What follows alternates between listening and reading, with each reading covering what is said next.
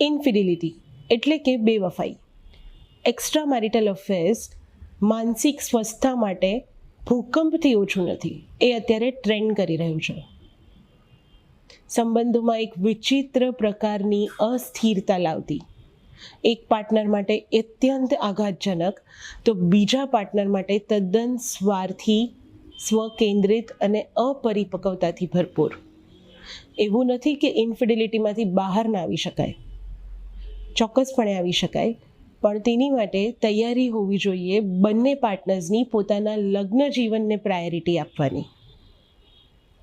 તમને નવાઈ લાગશે કે સ્ત્રી અને પુરુષ બંનેના ઇન્ફિડિલિટી તરફ, બેવફાઈ તરફ જવાના કારણો અલગ અલગ હોય છે.